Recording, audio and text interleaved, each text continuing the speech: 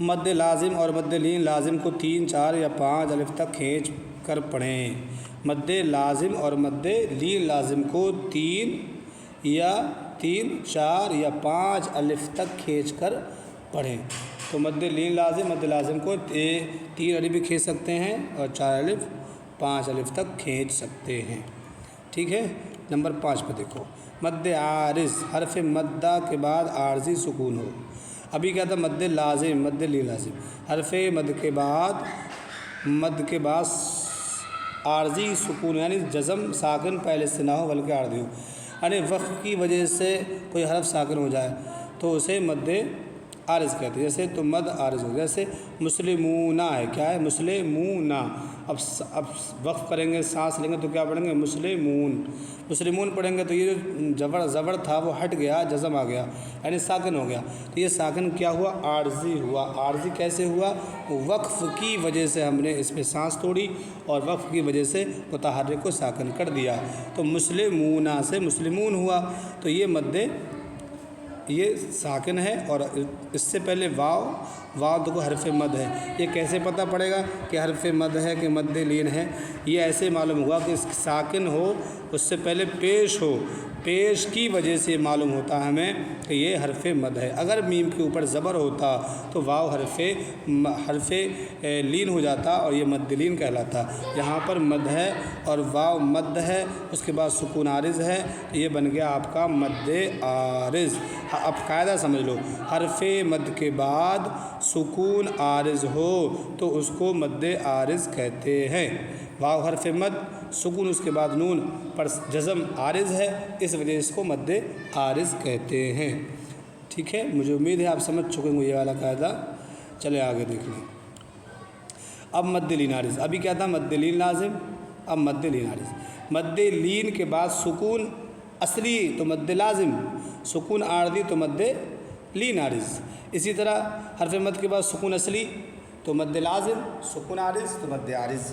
تو مد لین کے بعد یہ والا قاعدہ دیکھیں، مد لین کے بعد مد لین عارض ہے، حرف لین کے بعد عارضی سکون ہو یعنی وقف کی وجہ سے جو ساکن ہو جاتا ہے تو مد لین عارض ہوگا۔ جیسے شفتئی، کیا ہے؟ شفتین، تو نون پہ زبر، یہاں پر سانس لی، وقف کیا تو زبر ہٹا، نون ساکن ہوا، نون ساکن سے پہلے یا سے پہلے ہم دیکھیں گے کیا چیز ہے۔